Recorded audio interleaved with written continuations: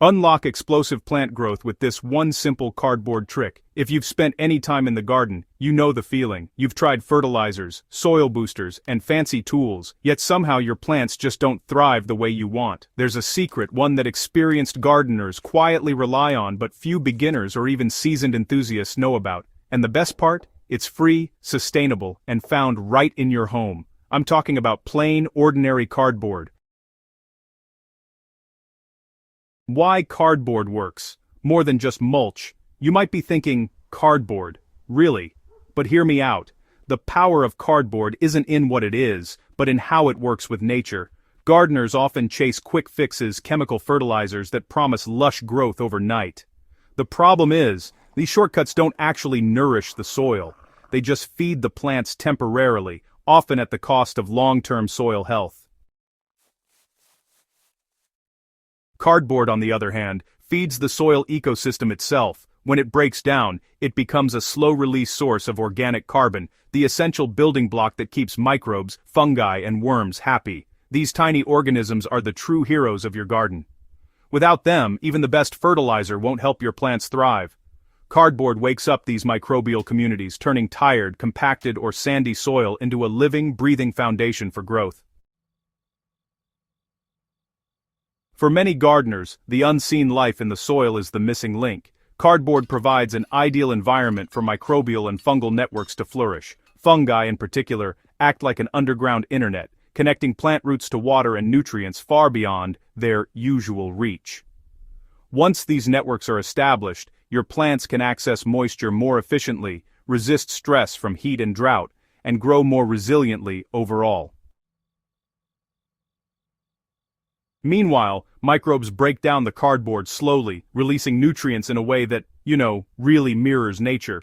Unlike chemical fertilizers that give a short burst of growth followed by decline, cardboard supports steady, sustainable development. Over time, this creates a garden that practically takes care of itself, which is especially valuable for gardeners seeking low-maintenance, high-impact methods. Not all cardboard is created equal, and honestly, picking the wrong type can slow your garden's progress. For best results, look for plain brown cardboard, the kind that's made mostly from cellulose. This type breaks down naturally, without leaving residues behind. Avoid glossy, laminated, or heavily printed cardboard, as coatings and plastics resist decomposition and can introduce unwanted chemicals into your soil. The versatility of cardboard is, really, one of its greatest strengths. Depending on your soil and your goals, you can prepare it in different ways to maximize its impact. Once you've prepared your cardboard, it's time to lay it down. This step is simple, but it's where the magic truly begins. Start by gently clearing the area around your plants. You don't need to till or disturb the soil heavily. Keeping the microbial ecosystem intact is key. A common question is, how much is enough? The answer depends on your soil's condition. For relatively healthy beds, a thin layer of shredded cardboard is enough to boost microbial activity and enhance nutrient flow. For tired, compacted, or weedy soil, use thicker layers or overlapping sheets.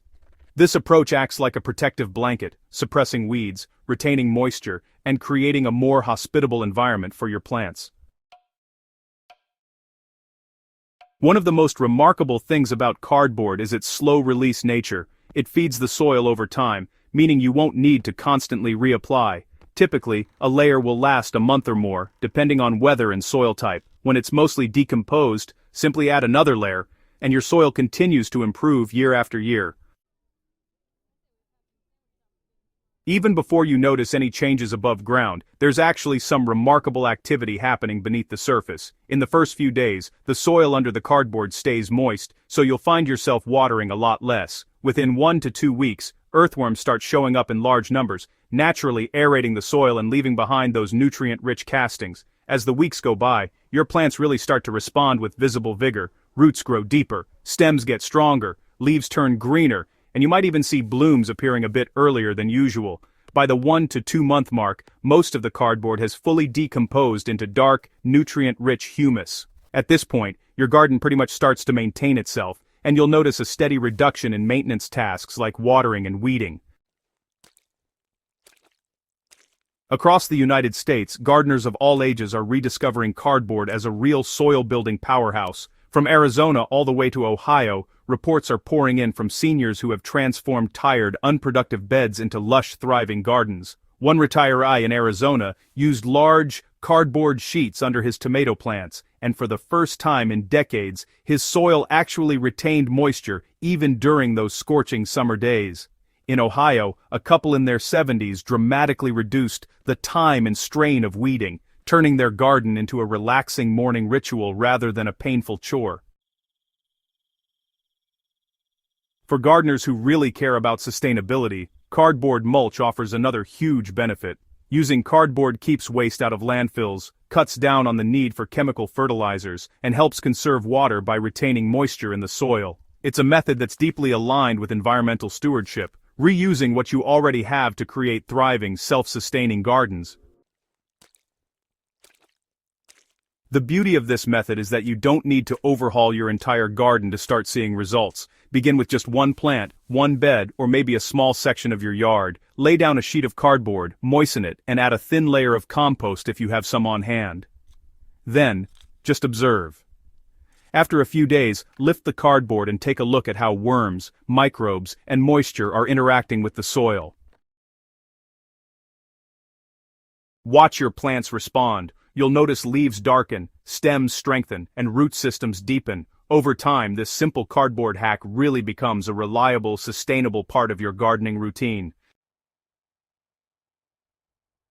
Gardening doesn't have to be strenuous. It can actually be joyful, restorative, and productive, especially when you work with nature instead of against it. Cardboard lets nature do the heavy lifting while you, well, enjoy the fruits of your labor. As we grow older, gardening becomes not just a hobby but, a way to connect with life, nature, and our own strength. With this cardboard method, you can care for your garden in a way that respects your body, your time, and the environment, all while producing lush, healthy plants. You're not just laying down cardboard, you're actually building the foundation for stronger roots, richer soil, and abundant harvests. Worms, fungi, and microbes do the work while you reap the rewards.